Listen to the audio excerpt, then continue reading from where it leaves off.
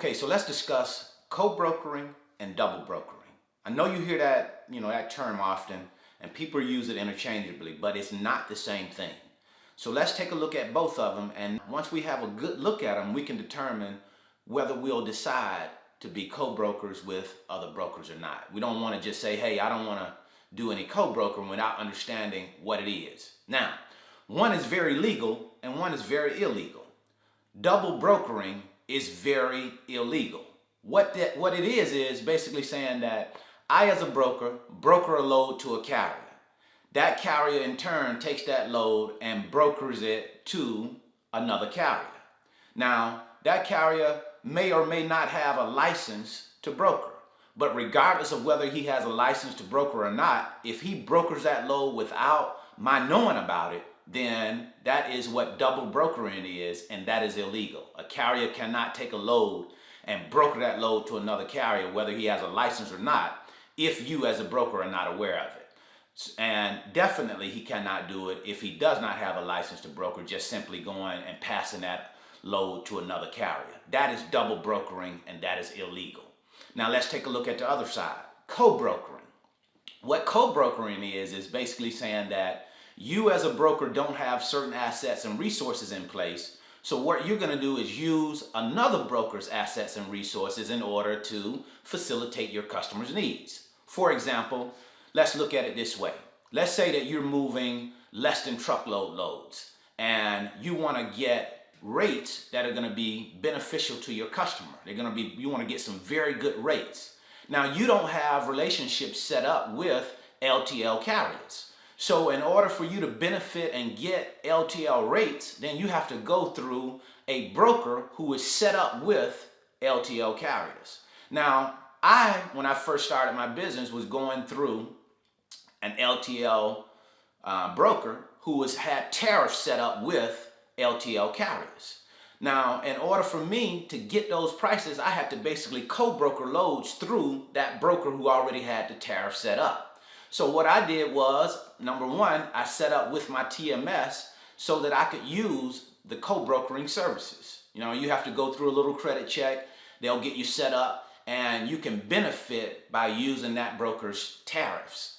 And what happens is basically I get the same pricing, or actually the broker is going to put a little markup on it, but I'm going to get LTL rates as compared to having to go out and try and get LTL rates from truckload carriers. Because if you don't have a network built, then you're not going to get bottom line LTL pricing. That you just can't compete with LTL carriers and think that you're going to get LTL rates from truckload carriers. You can get some very, very good rates through brokers that already have those tariffs set up if you're set up with those brokers. How you do that usually is through a TMS. At least in my case, I did it through a TMS that I was using. And brokers had tariffs set up, and we would use those brokers' tariffs to get LTL rates. Now, of course, like anything, there are going to be some advantages and disadvantages. The advantage is you get to get those rates from those brokers, and those are going to be closer to LTL rates. They're going to be LTL rates per se. It's going to have a little markup on them, but they'll be LTL rates because they're going direct to LTL carriers. Now, here's the disadvantage. The disadvantage is that you are not direct to the LTL carrier. So when that load starts moving, you can't call and talk to the carrier. You're going to be talking to the broker.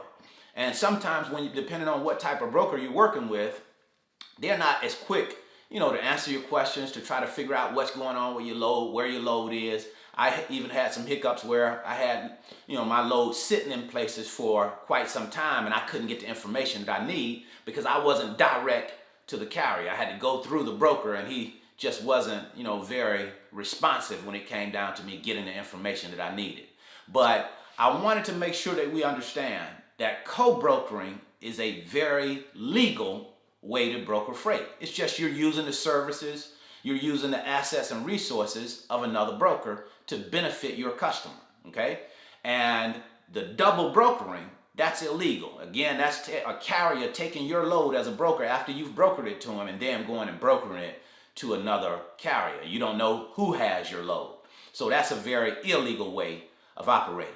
So now, when you hear that term co-brokering and double brokering, now you know that you can do absolutely co-broker loads, but you definitely don't want your load double brokered.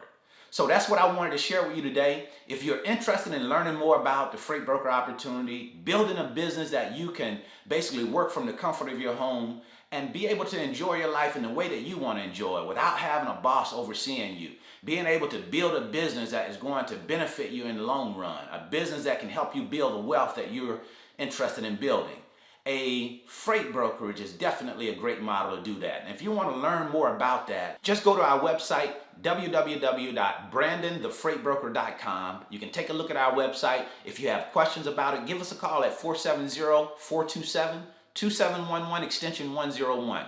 Or shoot us an email at info@alliancelogistics.net. We'll try and get your questions answered. If you want to have a quick conversation about what it is that you're interested in doing, we certainly don't mind doing that either. But of course, it has to be during the hours that we are not, moving loads and, rocking and rolling. We don't have any problem, talking with you and answering your questions to help you get a better idea of how this business works. So that's what I wanted to share with you today. See you at the top, because the bottom is much too crowded.